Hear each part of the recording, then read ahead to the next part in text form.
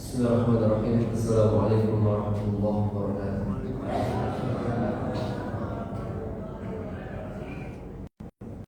Alhamdulillah wassalatu wassalamu ala Rasulillah wa ala alihi wa sahbihi wa mawalah wa ba'd. Kita akan lanjutkan materi kita di ayat 25.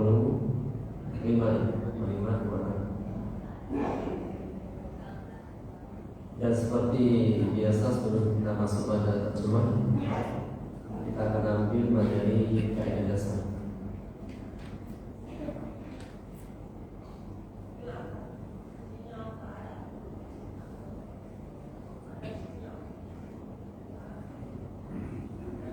Baik, kita masuk pada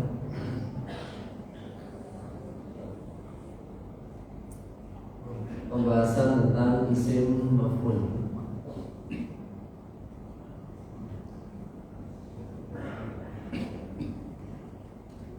Isim maf'ul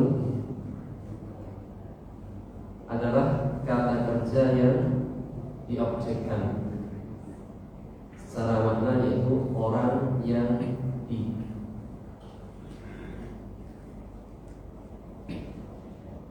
Cara membentuknya, yang pertama, jika berasal dari sulasi, fi'il yang terdiri dari 3 huruf, maka wazannya maf'ulun.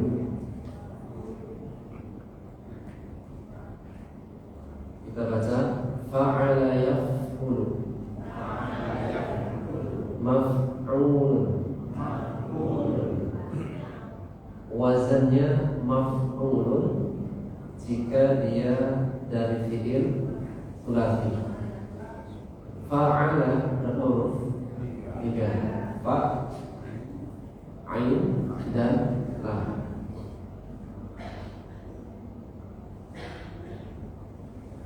Ini jika fi'ilnya sulasi. Dan jika fi'ilnya lebih dari 3, baik dia rubai 4 huruf atau khumasi 5 huruf atau sudasi 6 huruf,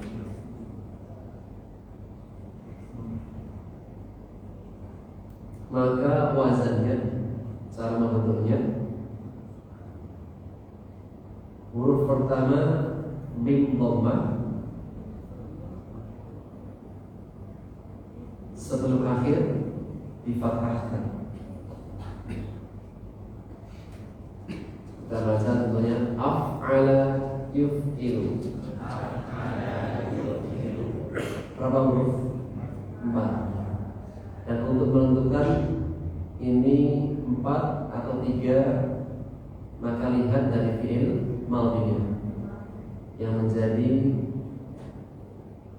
pijakan pertama dalam menentukan, yaitu melihat pada fi'il madhi. Af'ala berapa huruf? 4. Yang pertama hamzah, yang kedua fa, yang ketiga ain, yang keempat lam.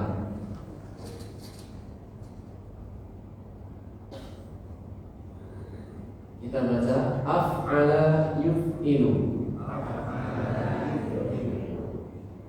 Kita jadikan isim maf'ul menjadi muf'alun. Yaitu huruf pertama diganti dengan mim berharga dhammah, sebelum akhir fathah.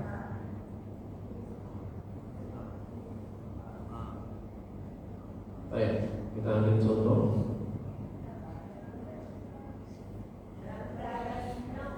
Enggak ada sinyal.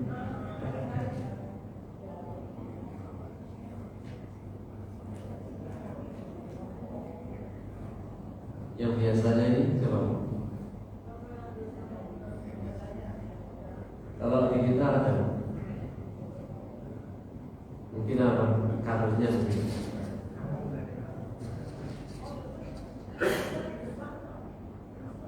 Baik, sementara lihat di modulnya dulu. Kita baca qad dasa. Artinya mensucikan. Berapa huruf? 4. 4 atau 3?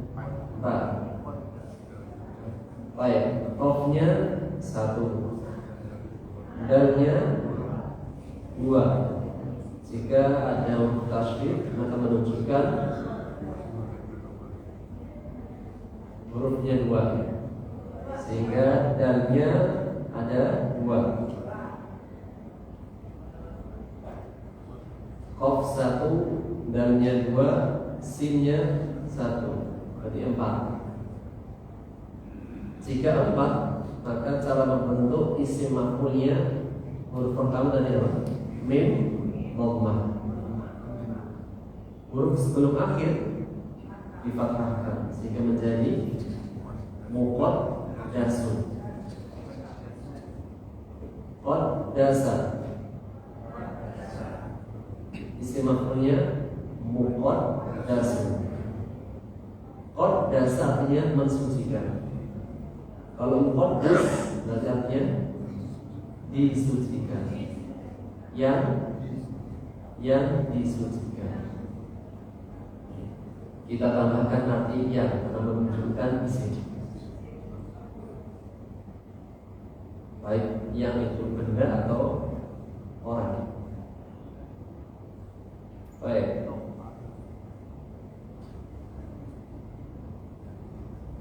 Berikutnya tahara, artinya membersihkan atau juga disucikan.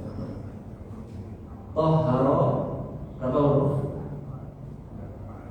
4. O 1, haknya 2, roknya 1. Jadikan isim maf'ul mutahharun. Berarti artinya yang disucikan.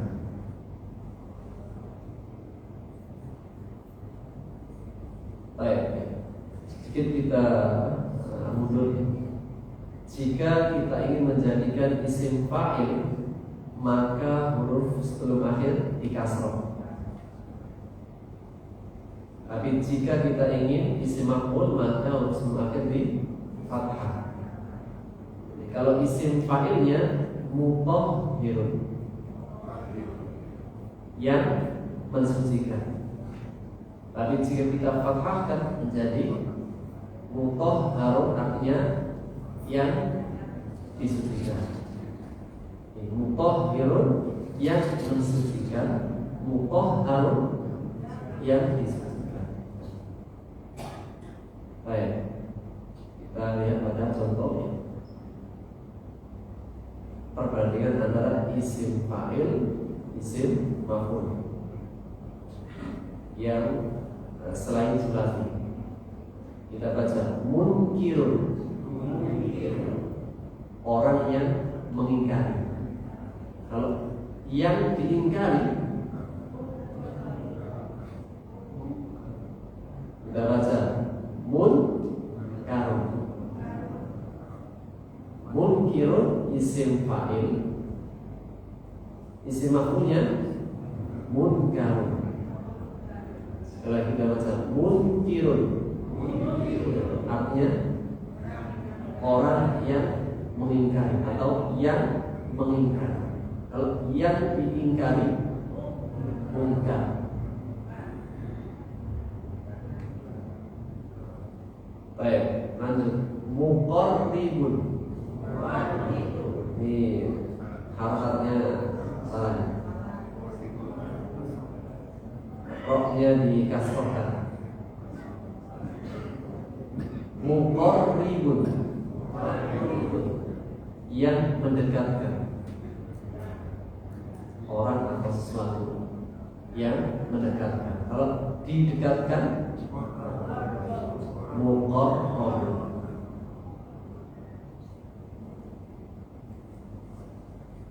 Lanjut, mufattihun, yang membuka. Yang dibuka mufattahun. Lanjut, mursilun, artinya yang mengutus. Kalau yang diutus mursal.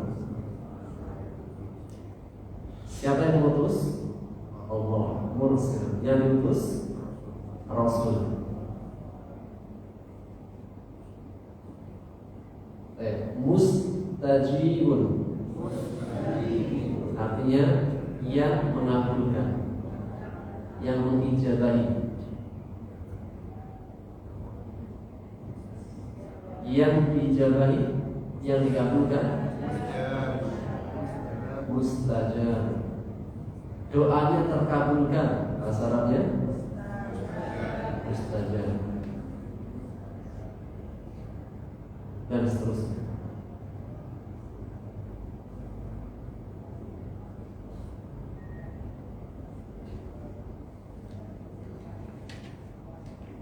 Baik, sementara cukup isim maf'ul. Kita masuk pada terjemahan.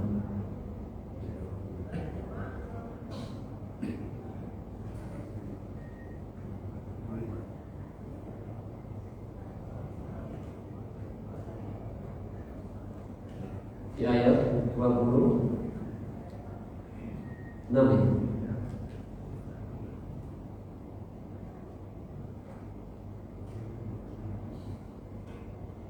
Baik, kita ambil ayat 26.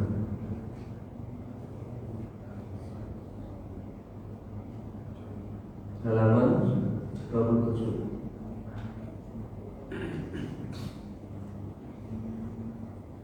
Kita baca kosakata dulu. Tanzi'u, artinya kau mencabut. Surat An-Nazi'at, artinya apa?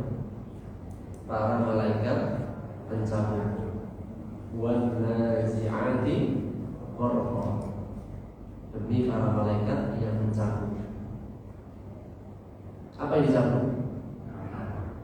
Kalau nama gigi. Kalau malaikat nyawa.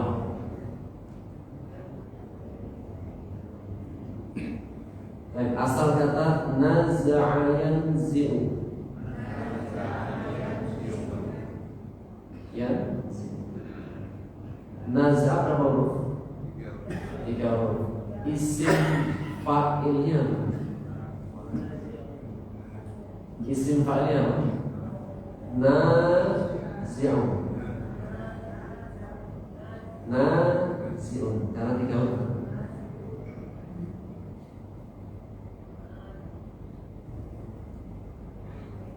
Lanjut, tu'izzu, artinya engkau memuliakan. Dari kata izzah, kemuliaan. Yang maha mulia perkasa, Al-Aziz. Asal kata a'azza yu'izzu,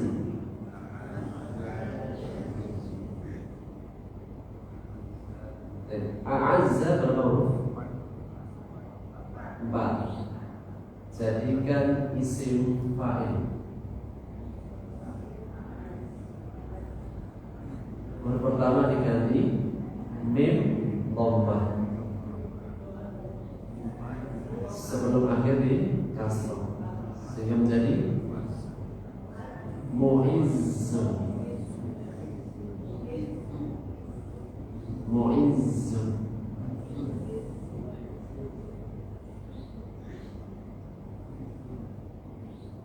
Baik, lanjut. Tudillu, artinya engkau menghindarkan. Lawannya tu'iz. Asal kata adalah yudillu. Adalah berapa huruf? 4. Jadikan isim fa'il 4 huruf. Kalau 4 huruf apa? Alifnya diganti mim dhammah sebelum akhir kasrah, sehingga menjadi mudil.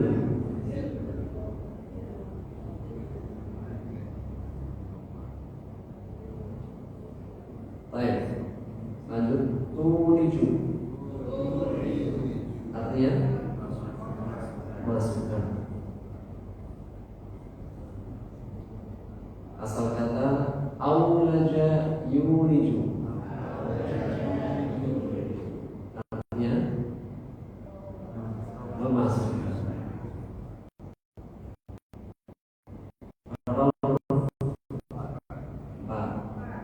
Jadikan isim fa'il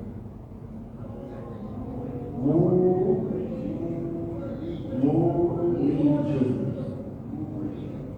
Mulijun.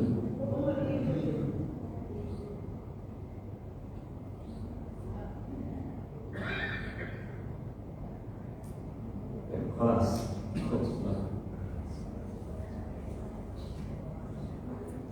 Kita ambil ayat 26.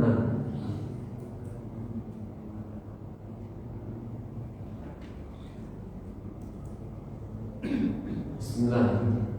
Ayat 26. Qul, katakanlah, Allahumma, Allahumma, ya Allah, Allahumma, ya Allah. Asalnya dari lafaz ya Allah, ya Allah. Kita baca ya Allah. Kemudian ya-nya dihapus. Ya-nya dihapus, dihilangkan, dan digantikan dengan mim berharokat tasydid dan fathah, sehingga menjadi Allahumma. Jadi ya Allah dengan Allahumma sama.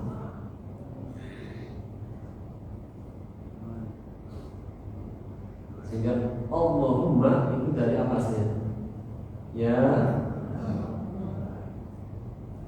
Allah.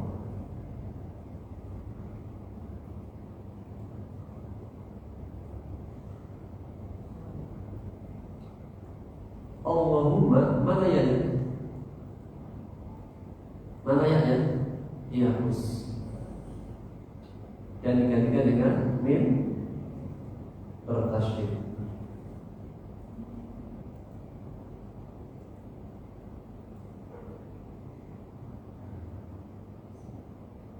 Sehingga menjadi Allahumma, artinya ya Allah.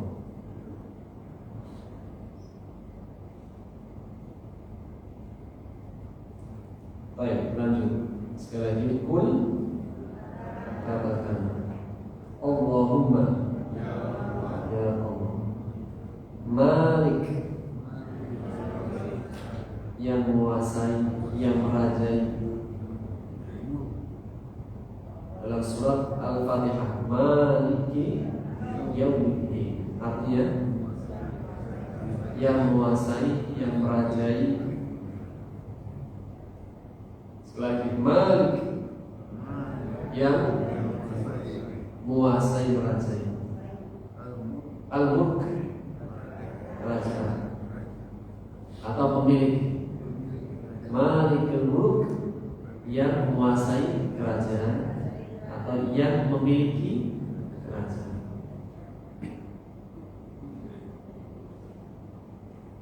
Dinamakan raja jika dia yang memiliki kerajaan. Dari kata malaka yamliku, malaka yang memiliki, artinya memiliki. Milkun, milkun atau mulkun. Al-mulk kerajaan, milkun kepemilikan, milik. Kalau bahasa Inggris kita apa? Milik, itu bahasa Arab.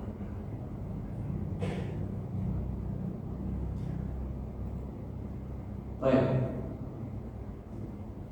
Sekali lagi, qulillah, katakan Allahumma malikal mulk,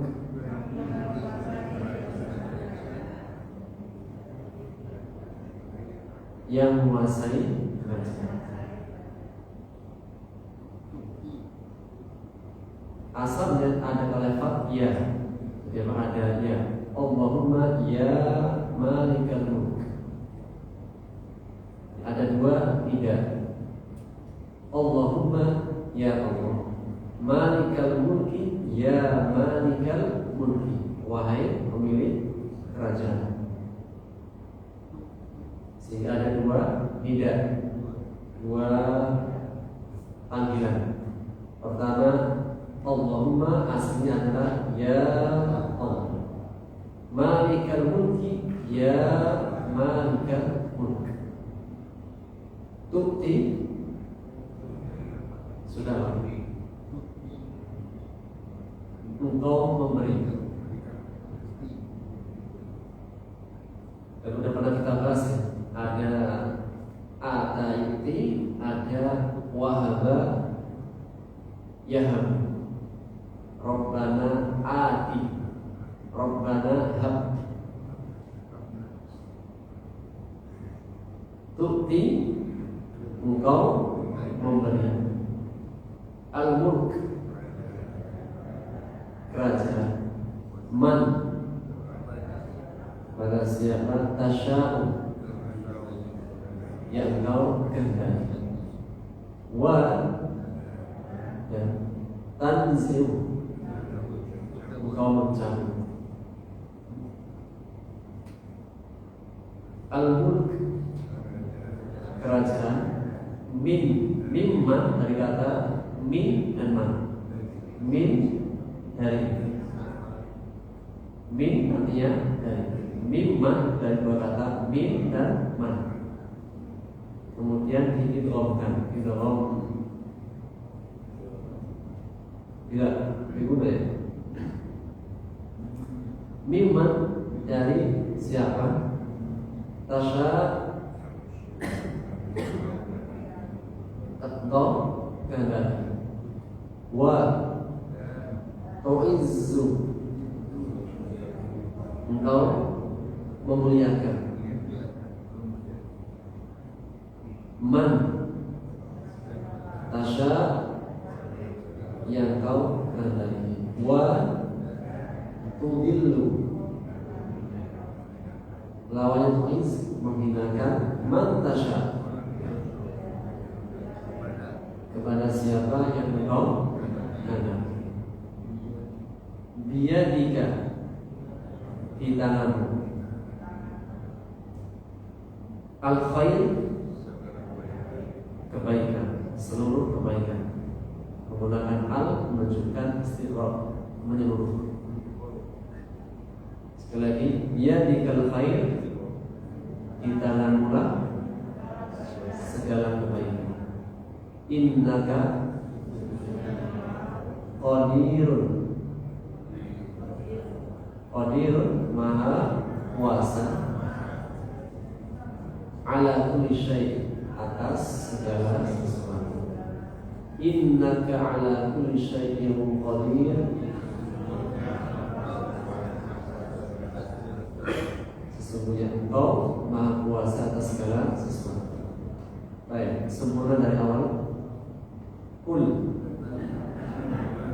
lanjut. Ya Allah, wahai yang memiliki kerajaan,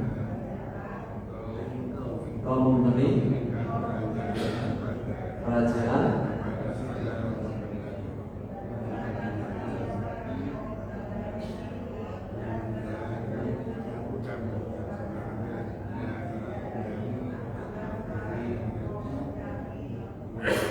dan Engkau memuliakan siapa yang Kau kehendaki, dan Engkau menghinakan di tanganmu segala kebaikan.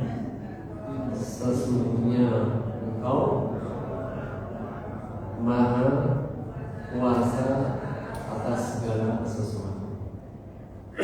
Katakanlah, ya Allah, wahai pemilik atau penguasa kerajaan, Engkau memberi kerajaan kepada siapa yang Engkau kehendaki, dan Engkau mencabut kerajaan dari siapa yang Engkau kehendaki, dan Engkau memuliakan siapa orang yang Engkau kehendaki, dan Engkau menghinakan siapa orang yang Engkau kehendaki.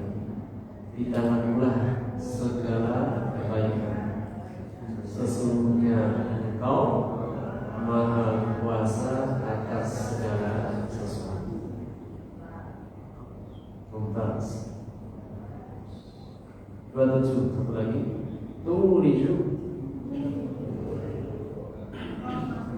Engkau memasukkan al-lail, malam, fin-nahar,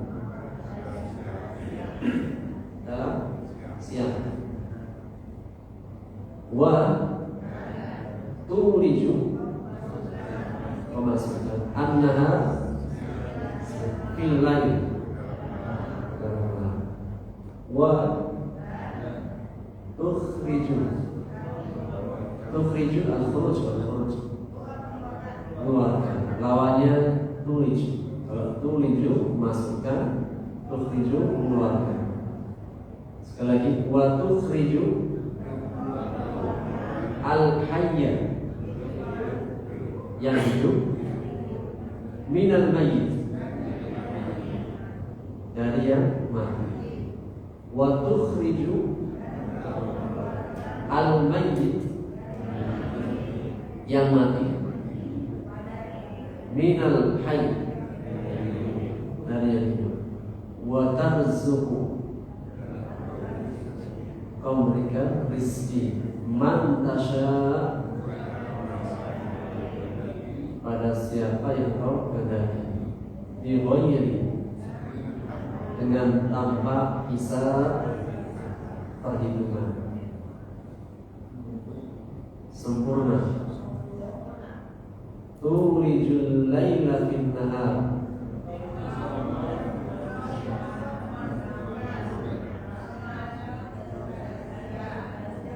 dan memasukkan siang dalam malam, dan Engkau mengeluarkan yang hidup dari yang mati,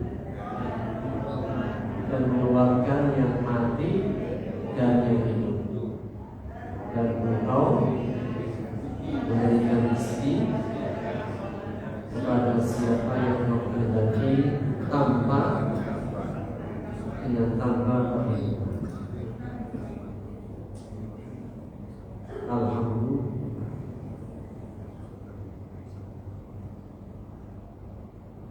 Baik, satu menit dulu.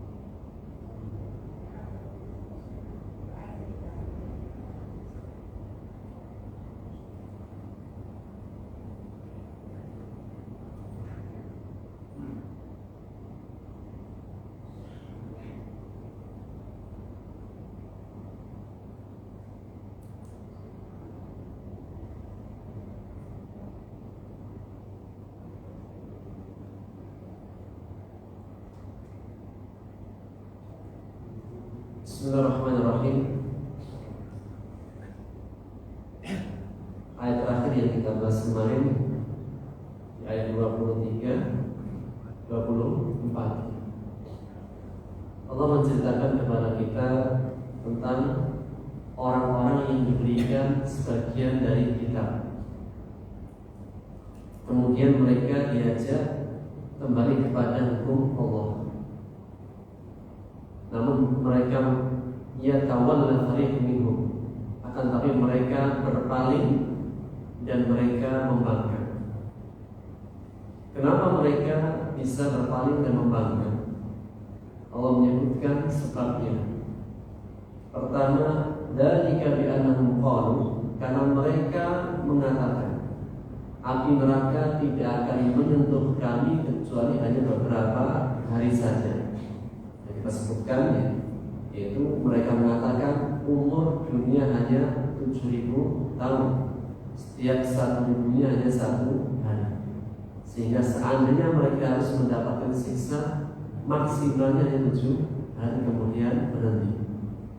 Atau mereka mengatakan sesungguhnya akan ditimpakan siksa, jika harus ditimpakan siksa maka hanya 40 hari, yaitu waktu yang kami dulu menyembah sapi. Sehingga dalam ayat ini menegaskan mereka adalah orang-orang yang banyak dosanya tapi merasa paling aman dari siksa Allah. Ada di antara manusia-manusia, di antaranya orang yang miskin, adalah orang yang banyak keburukannya namun dia merasa yang paling aman dari siksa Allah. Jika ini adalah karakter orang Yahudi, maka orang beriman tidak. Orang beriman senantiasa merasa tidak aman dari siksa Allah, sehingga setiap perbuatannya dia merasa takut jika perbuatan dosanya dapat mendatangkan murkanya. Yang kedua, sebab yang kedua, waqarrahum fi dinihim, mereka terperdaya dalam agama mereka, dan agama mereka adalah agama hawa nafsu. Dari apa-apa yang mereka ada-adakan, bahwasanya mereka mengatakan kami adalah anak-anaknya Tuhan dan kekasih-kekasihnya. Bagaimana seorang anak akan disiksa? Tidak mungkin. Inilah di antara bentuk mereka terperdaya dengan apa yang mereka sangka dan mereka ada-adanya sendiri. Ayat setelahnya ayat ancaman terhadap ahli kitab yang mereka terperdaya dengan hawa nafsunya dan mereka merasa paling aman dari siksanya. Allah menegaskan fakaifa idza jama'nahu, maka bagaimana keadaan mereka kelak apabila kami mengumpulkan mereka, itu yaumul jama', hari dikumpulkannya manusia, hari mahsyar, hari perjumpaan seorang hamba dengan Allah Subhanahu wa taala. Liyaumil la raiba fi, di hari yang tidak ada keraguan di dalamnya. Hari kiamat, hari kebangkitan adalah hari yang tidak ada keraguan di dalamnya. Namun Allah Subhanahu wa taala rahasiakan waktunya sebagai ujian untuk orang-orang beriman. Dan ahli kitab, mereka adalah orang-orang yang meyakini adanya hari kebangkitan. Mereka meyakini adanya hari kiamat.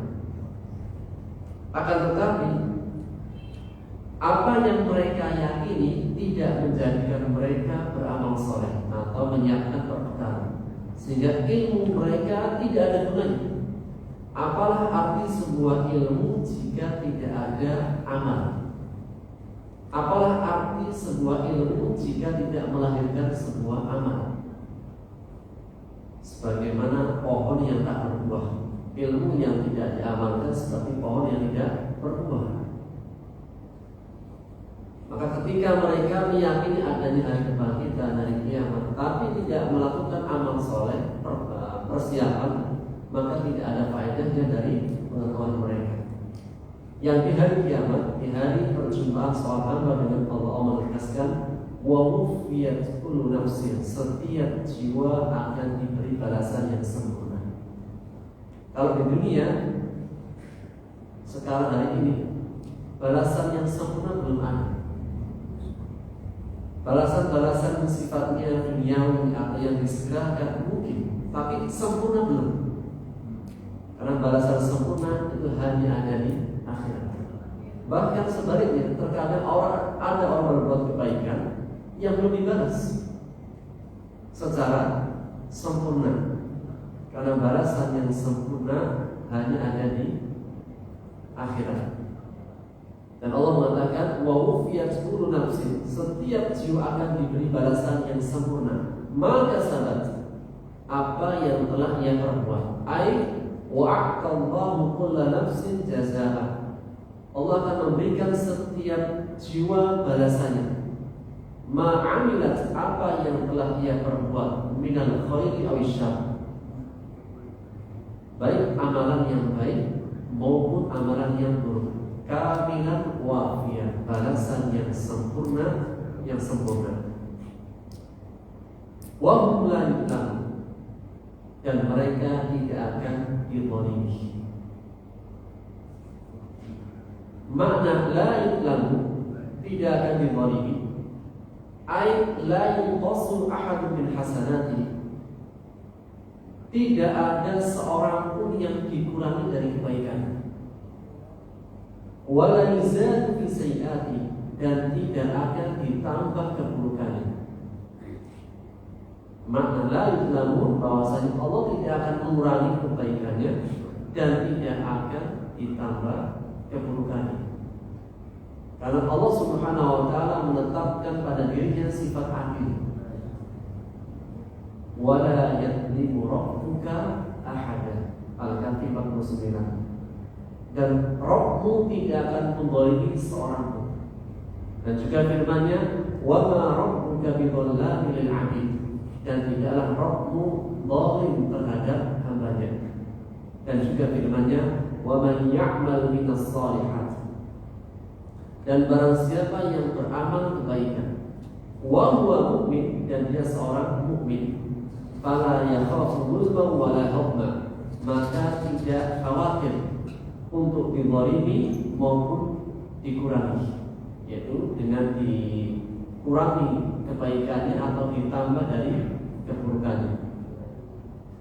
Disebutkan dalam hadis qudsi, hadis yang diriwayatkan oleh Muslim dari sahabat Abu Dzar Al-Ghifari radhiyallahu anhu, dari Nabi sallallahu alaihi wasallam, dia bersabda, "Fima rawa Allah tabaraka wa ta'ala", di dalam apa-apa yang beliau meriwayatkan dari Allah tabaraka wa ta'ala, itu hadis qudsi, annahu qala, bahwasanya Allah yang maha suci lagi maha tinggi berfirman, ya ibadi, wahai hamba-hambaku, inni haramtu dzulma ala nafsi, sesungguhnya aku mengharamkan kezaliman atas diriku sendiri.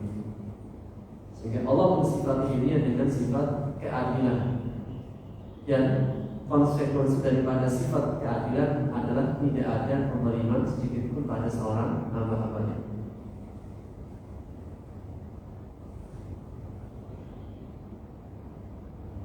Maka kebaikan, dalam kebaikan Allah menggunakan lafaz al-fadl. Ketika seseorang berbuat kebaikan akan diberikan balasan yang sempurna, dan balasan Allah adalah al-fadl, pembalasan yang lebih baik dari perbuatannya. Dan ketika seseorang berbuat kejahatan, maka Allah akan sifati dengan al-adl, yaitu keadilan. Setelah mengenai ayat ancaman bahwasanya setiap orang akan diberikan balasan yang sempurna dari apa yang dikerjakan. Kapan balasan itu? Yaumul Jam'ah, hari Allah akan kumpulkan seluruh manusia dari yang pertama sampai yang terakhir. Wa ma hum anha bighaibin, dan tidak ada seorang pun yang lolos dari Allah. Setelah ayat ancaman, ayat tentang qudratullah, kemahakuasaan Allah Subhanahu wa taala. Bahwasanya yang memiliki kerajaan adalah Allah Subhanahu wa taala. Maka di ayat 26 sebelum kita masuk ke ayat 26, surat Al-Imran di awal kita sebutkan lebih khusus, lebih ditujukan pesan-pesan yang lebih ditujukan kepada orang Nasrani. Kalau surat Al-Baqarah orang-orang Yahudi Bani Israel. Adapun pada surat Al-Imran Allah tunjukkan kepada Nasrani secara khusus, meskipun dia mencakup di dalam juga orang-orang Yahudi. Maka di awal kita sebutkan bahwasanya surat Al-Imran itu memiliki latar belakang,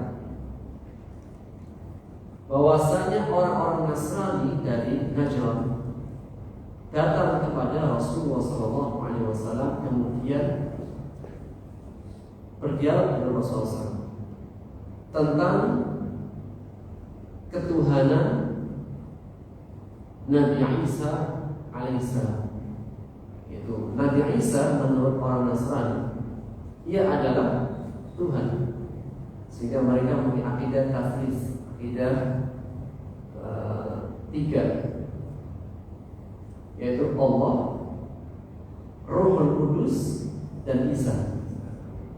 Atau mereka mengatakan Allah, Maryam, dan Isa. Jadi satu tapi tiga, tiga tapi satu, itu satu Allah. Kedua Ruhul Kudus, yang ketiga Isa. Atau Allah, Maryam, kemudian Isa. Inilah akidah taflis yang ada pada orang-orang Nasrani. Jika memang bahwasanya Nabi Isa alaihissalam adalah seorang Tuhan seperti yang mereka nyatakan, maka apakah mungkin seorang Isa ini adalah Tuhan? Dan sifat Tuhan, sifat Roh, adalah seseorang, adalah zat yang maha memiliki kerajaan. Korelasi ayat 26 dengan yang melatar belakangi dengan surat Al-Imran. Roh, Tuhan, adalah zat yang memiliki kerajaan. Seluruh kerajaan itu di tangannya.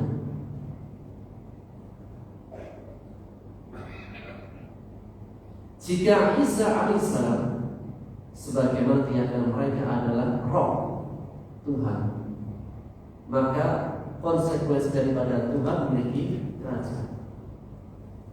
Namun dalam keyakinan mereka yang lain juga, orang-orang Nasrani, bahwasanya Nabi Isa alaihissalam adalah Tuhan yang dia di akhir daripada kehidupannya di bumi, kemudian disalib, dan bahkan ketika disalib dia menangis. Maka secara tuntutan, apakah seseorang yang dia itu raja, dia memiliki kerajaan, dia adalah seseorang yang diperangi, kemudian disalib, kemudian dibunuh. Ini keyakinan umat Nasrani. Apakah pantas jika dia adalah raja di raja, dia adalah Tuhan?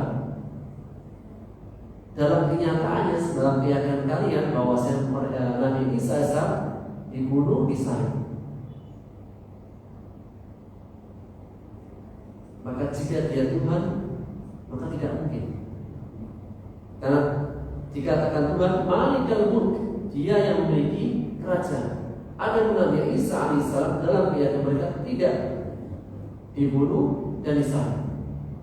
Meskipun ini keyakinan yang salah. Karena Allah mengatakan dalam firman-Nya, "Wa ma qataluhu." Lagi-lagi ketika ada kesalahan dalam keyakinan manusia, maka turunlah Al-Quran sebagai wahyu yang meluruskan keyakinan mereka. Allah mengatakan dalam surat An-Nisa, wa qaulihim, dan perkataan mereka, yaitu orang-orang Nasrani. Perkataan orang-orang yang ahli kitab Yahudi. Wa qaulihim, mereka mengatakan inna qatalna al-Masih Isa bin Maryam. Sesungguhnya kami telah membunuh Al-Masih Isa bin Maryam. Itu Isa putra Maryam. Rasulullah. Orang Yahudi mereka mengatakan kami membunuh Isa. Dan umat Nasrani mereka mengikuti apa yang mereka katakan oleh orang Yahudi, bahwasanya Isa itu dibunuh di sana. Maka turunlah firman Allah, wa ma qataluhu wa ma salabuhu. Tidaklah mereka membunuhnya dan tidaklah mereka mensalibnya, walakin syubbiha lahum, akan tetapi diserupakan kepada mereka. Bahwasanya Nabi Isa alaihissalam tidaklah dibunuh, tidaklah disalib, tapi diserupakan salah satu di antara mereka. Dan Allah mengatakan wa ma qataluhu yaqina, dan yang mereka mengatakan kami membunuhnya, mereka tidak yakin. Barrafa'ahu Allahu ilaihi, akan tetapi Allah mengangkat kepadanya. Jika Nabi Isa alaihissalam menurut Quran, Allah mengangkatnya kembali kepadanya dan kelak nanti akan kembali lagi. Maka jika Isa seperti yang mereka yakini seorang Tuhan, kemudian juga di sisi lain mereka meyakini Nabi Isa itu dibunuh oleh orang-orang Yahudi. Dari saya juga, maka apakah berhak Tuhan itu yang memiliki kerajaan, dia bisa disalib, dia bisa dibunuh? Sehingga ayat ini juga memberi meluruskan dan mengobati, meluruskan dari apa yang salah dari orang-orang Nasrani yang ketika datang kepada Rasulullah berdialog tentang Isa alaihissalam. Maka mengatakan, kul, katakanlah, Allahumma ya Allah, malikal mulk, Maha yang menguasai, yang merajai, yang memiliki kerajaan. Tu'til mulka man tasha, yang Allah memberikan kerajaan kepada siapa yang Dia kehendaki. Allah Subhanahu wa taala memberikan kerajaan sebagai pemberian. Di antara bentuk kerajaan adalah kenabian. Ketika Allah menjelaskan tentang kenabian Nabi Ibrahim alaihissalam, Allah menyebutnya dengan kerajaan yang besar. Tentunya apa? Kerajaan lebih umum. Kenabian masuk dalam kerajaan, menjadi raja kerajaan, meskipun tidak ada yang mutlak, karena raja yang mutlak yang memiliki kerajaan itu hanyalah Allah Subhanahu wa ta'ala. Adapun kerajaan manusia terbatas.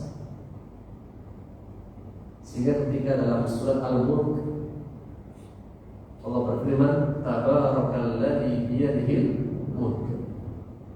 Maha suci Allah yang di tangannya seluruh kerajaan di tangan Allah. Wa huwa ala kulli syai'in qadir, dan Dia maha kuasa atas segala sesuatu. Alladzi khalaqal mauta wal hayata liyabluwakum ayyukum ahsanu amala wa huwal azizul ghafur. Setelah Allah menetapkan bahwasanya semua kerajaan itu di tangan Allah dan Allah maha berkuasa, karena yang punya raja, yang memiliki kerajaan, Dia yang berkuasa. Perintahnya tidak ada yang bisa menghalangi dan tidak ada yang bisa mengendalikan. Dinamakan raja seutuhnya jika perintahnya terlaksana dan tidak ada seorang pun yang bisa menghalangi.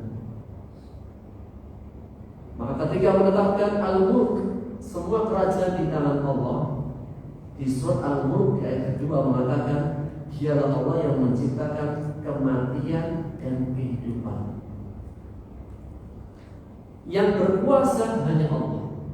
Selain Allah tidak berkuasa. Andai kata berkuasa itu kuasa yang tidak mutlak, yang lebih. Dan di antara bentuk ketidakkuasaan makhluk, Allah mengatakan Dialah Allah yang menciptakan kematian. Seluruh makhluk pasti merasakan kematian. Dan berbicara mengenai kematian adalah bukti yang paling kuat makhluk Allah tidak ada berkuasa.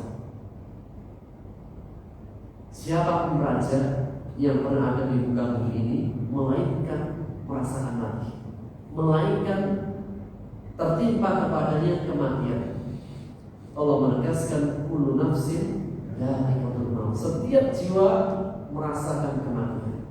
Atau menegaskan kullu man 'alaiha fan. Setiap yang ada di muka bumi pasti fana. Ketika turun ayat ini, para malaikat mengatakan halaka ibnu Adam, kasihan dia Adam, binasa semuanya. Kemudian Allah turunkan firman-Nya, kullu syai'in halik. Kalau tadi apa? Kullu man 'alaiha fan, semua yang di atas muka bumi binasa, mati.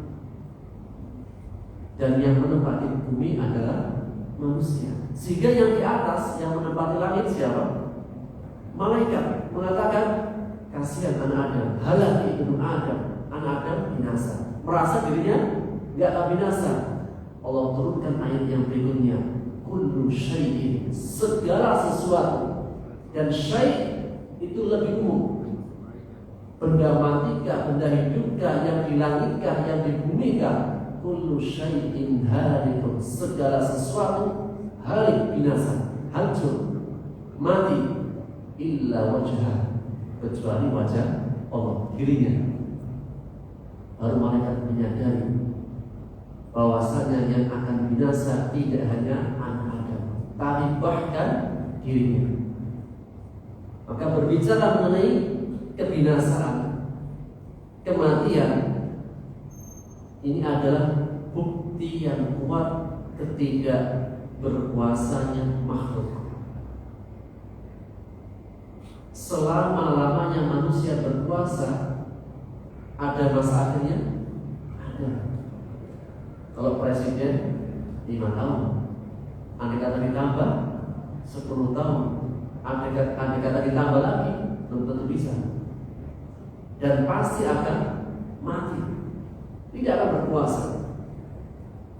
Fir'aun raja, dan bahkan tidak raja mengatakan dirinya Tuhan, karena lamanya dia berkuasa.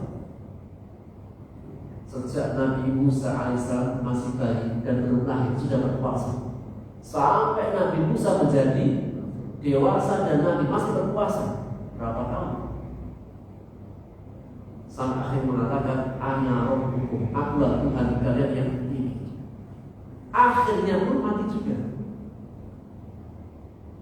Dan raja-raja sebelum Fir'aun, maka semuanya binasa di hadapan kerajaan Allah Subhanahu wa Ta'ala. Maka yang memiliki kerajaan yang mutlak hanyalah Allah Subhanahu wa Ta'ala. Sehingga dalam surah Al-Mulk, kenapa ketika menegaskan tentang kerajaan, ayat setelahnya tentang kematian? Karena kematian adalah bukti yang paling kuat manusia tidak berkuasa, dan semua kekuasaan itu Allah beri. Ada yang sebagai ujian, sebagaimana pernyataan Nabi Sulaiman alaihissalam ketika berdoa, Rabbi hadli mulka, ya Allah berikan aku kerajaan. Dan Nabi Sulaiman alaihissalam tidak hanya nabi itu sudah nabi menyampaikan risalah kepada manusia, dan di dalamnya ada kerajaan kekuasaan. Ketika seseorang menjadi nabi, ketika seseorang menjadi pemimpin, itu ada sedikit makna kekuasaan. Maka Nabi Sulaiman alaihissalam, nabi dia dan raja dia. Meski demikian dia mengatakan hada min fadli Rabbi, ini adalah karunia dari Rabb. Yang pertama bahwasanya perkataan Nabi Sulaiman alaihissalam, semua kenikmatannya itu disandarkan kepada Allah. Yang jikalau Allah tidak menguatkan dia tidak akan mendapatkan kekuatan itu. Seandainya Allah tidak memberinya, dia tidak akan mendapatkan kerajaan itu. Dan darinya dia akan terjauhkan dari sifat kesombongan. Tidak seperti perkataan Qarun dan Fir'aun. Ketika Qarun diberikan kekayaan yang luar biasa, dia mengatakan, "Wa ma utitu innama utitu ala ilmi." Tidaklah aku diberikan kerajaan melainkan karena ilmu kecerdasanmu, kata Qarun. Atau ketika Qarun mengatakan, tidaklah aku diberikan kekuasaan karena kehebatan, tidak menyadarkan pemberian kepada Allah Subhanahu wa taala. Namun Nabi Sulaiman alaihissalam menyadarkan kepada Allah. Dan di akhir daripada kisahnya, Nabi Sulaiman alaihissalam mengatakan, "Hadza min fadli Rabbi liyabluwani." Ini adalah karunia dari Rabbku untuk mengujiku. Ashkur am akfur, apakah aku mampu bersyukur atau berbuat kufur? Maka yang pertama bahwasanya yang memiliki kerajaan dan yang memberi adalah Allah Subhanahu wa taala. Man tasya, kepada siapa yang dia kehendaki.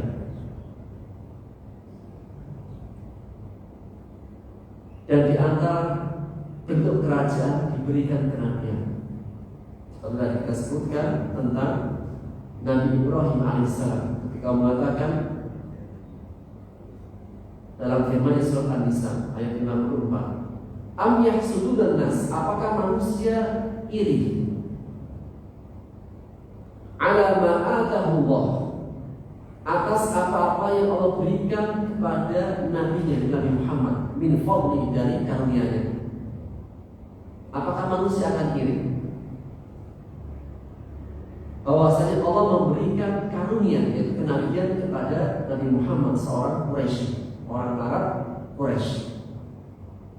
Faqad ataina ala Ibrahim, dan maka sungguh kami telah memberikan keluarga Ibrahim al-kitab wal hikmah, kitab dan hikmah. Wa atainahum mulkan 'azima, dan kami telah memberikan mereka kerajaan yang besar. Dalam tafsirnya, di antara kerajaan yang besar adalah kenabian. Maka Allah memberikan Nabi Ibrahim kerajaan yang besar, kenabian adalah pemberian dari Allah Subhanahu wa taala, milihnya untuk diberikan kerajaan yang besar. Sebagaimana Allah juga memberikan kerajaan itu kepada Nabi Muhammad sallallahu alaihi wasallam, yang awalnya kenabiannya ada di Bani Israel, dari nasabnya Ishak. Kemudian kok tiba-tiba di akhir berpindah dari Ishak ke nasabnya Ismail. Meskipun orang-orang ahli kitab yang binasa sudah tahu ciri-cirinya, namanya siapa, ciri-cirinya seperti apa, tapi mereka belum mengetahui secara nasab. Ini Nabi terakhir itu akan muncul dari nasab siapa? Tapi secara ciri-ciri mereka sudah mengetahuinya, akan muncul di tempat yang banyak kurmanya, Madinah. Kemudian dengan tanda-tanda kenabiannya, namanya ini dan ini. Namun secara nasab belum diketahui secara pasti ini akan keluar dari nasabnya siapa. Maka Allah memberikan ternyata dari nasabnya Nabi Ismail. Allah memberikan kepada Quraisy, kepada nasabnya Ismail, dan Allah mencabut kerajaan dari orang-orang Yahudi, Nasrani, dari Bani Israel. Tentunya apa? Semuanya atas kehendak Allah. Allah bisa memberi dan Allah bisa mencabut. Dan tidaklah Allah memberi, pasti ada sebabnya. Dan tidak Allah memilih seseorang melainkan ada sebabnya. Tiba-tiba begitu saja. Di antara kita bisa mengambil dari kisah Nabi Ibrahim alaihissalam. Nabi Ibrahim alaihissalam Allah jadikan imamnya manusia. Di dunia yang menjadi imam adalah Ibrahim di dunia. Kalau di akhirat Nabi Muhammad SAW. Maka ketika Allah memberikan gelar imam kepada Nabi Ibrahim alaihissalam, Allah menegaskan wa idibtala Ibrahim rabbuh. Ingatlah ketika Allah menguji Nabi Ibrahim di kalimat dengan beberapa kalimat, dalam tafsirnya perintah dan larangan. Fa'atammahu, kemudian Nabi Ibrahim lulus dalam ujiannya, menyempurnakannya. Lalu Allah mengatakan, inni ja'iluka linnasi imama, aku menjadikan sebagai imamnya manusia. Maka sebelum Allah berikan gelar imam, yang dilewati oleh Nabi Ibrahim AS adalah ujian demi ujian. Tidak tiba-tiba dikasih gelar imam, melainkan sebelumnya pasti punya sesuatu yang luar biasa. Dan itulah Nabi Ibrahim alaihissalam, sebelum mendapatkan gelar imam, dia mendapatkan ujian demi ujian.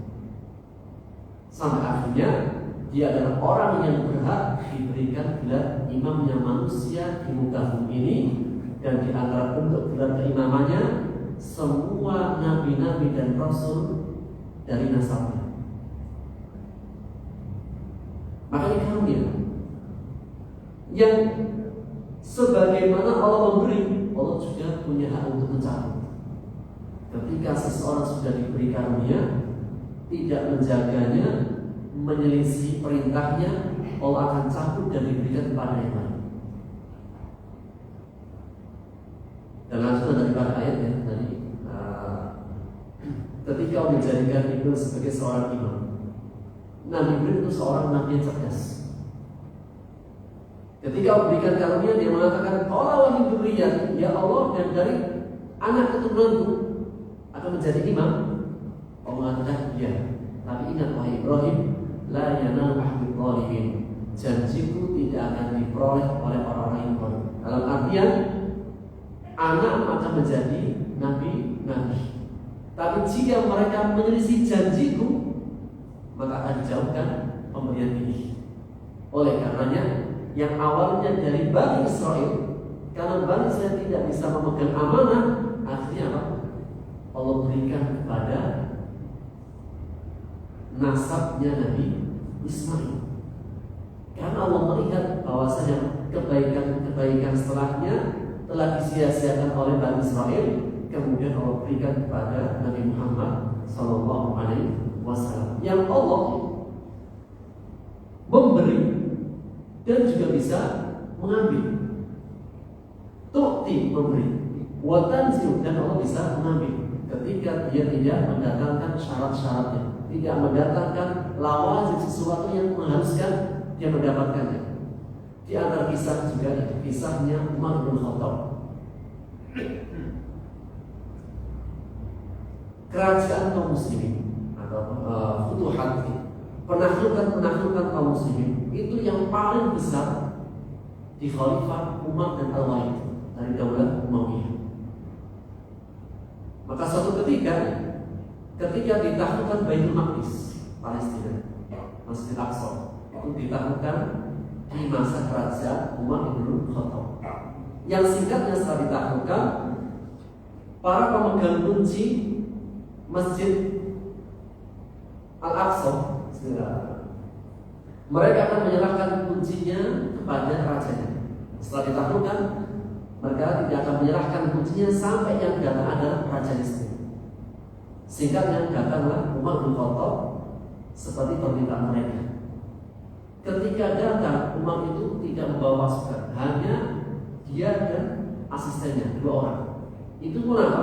Dia naik kuda atau keledai, yang dimana Umar gantian, kadang dia di atas, kemudian kadang dia di bawah, sampai akhirnya sudah mendekati pintu gerbang Baitul Maqdis untuk menerima kunci.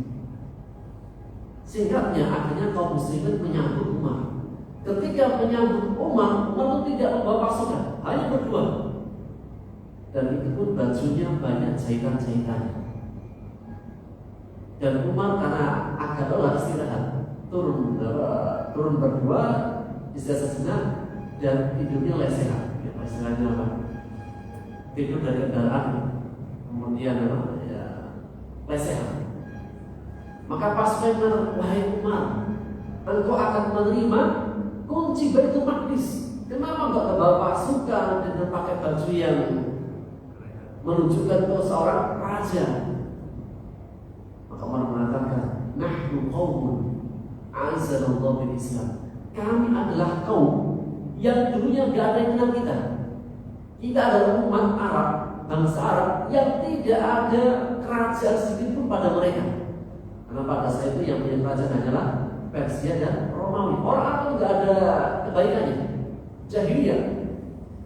Kami adalah kaum yang Allah memuliakan kami dengan Islam. Kita mendapatkan kemuliaan karena Islam.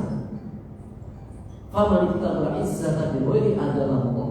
Barang siapa yang mencari kemuliaan, umat Islam mencari kemuliaan dengan jalan yang tidak Islam, Allah akan binasakan. Dalam kisah ini Allah menegaskan kemuliaan Islam, kemuliaan kaum muslimin itu hanya kembali kepada agamanya. Jika mereka tidak kembali kepada agamanya, bagaimana caranya mereka akan terhina. Dan Allah menegaskan dalam firman-Nya surat An-Nur ayat 55. Wa'adallahu alladziina aamanu minkum wa 'amilus shalihat. Allah menjanjikan kepada orang beriman dari kalian dan orang beramal saleh, la yastakhlifannahum fil ardi. Sungguh Allah akan memberikan,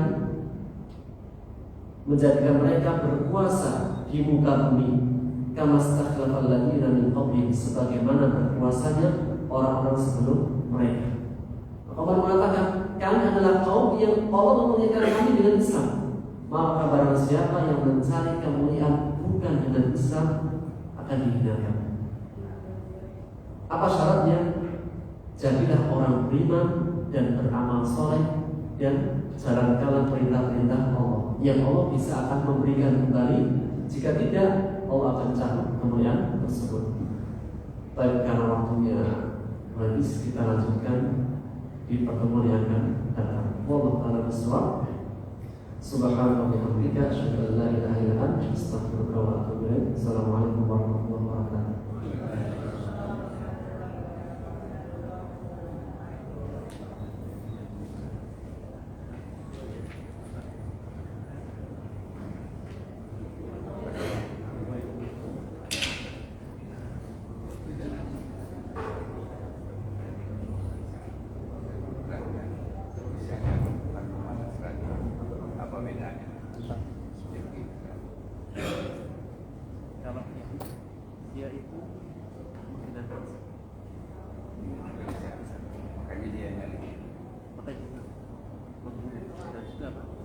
Menurut mereka bisa kan? Mereka bertanyakan mana bukan nama bisa bukan sesuatu yang tetap apa? Bisa. Tapi kalau orang yang tidak masalah, mereka jadi kalau mengkhususkan nanti bisa. Apa mereka yang istilahnya? Tapi mereka meyakini yang hukum adalah jahil. Tapi mereka meyakini bahwasanya tidak bisa. Maka dalam keyakinan orang Nasrani bisa.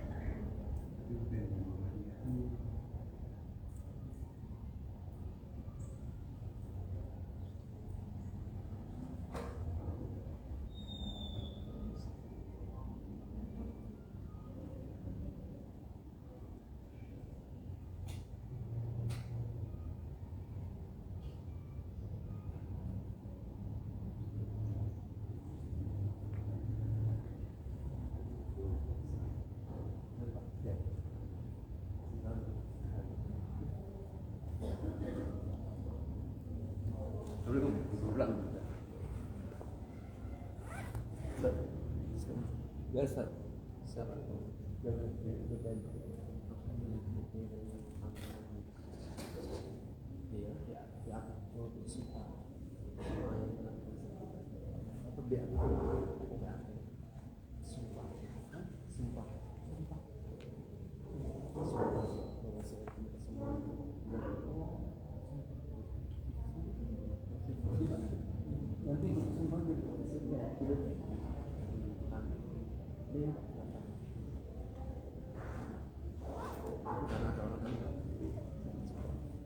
Yang ini yang pertama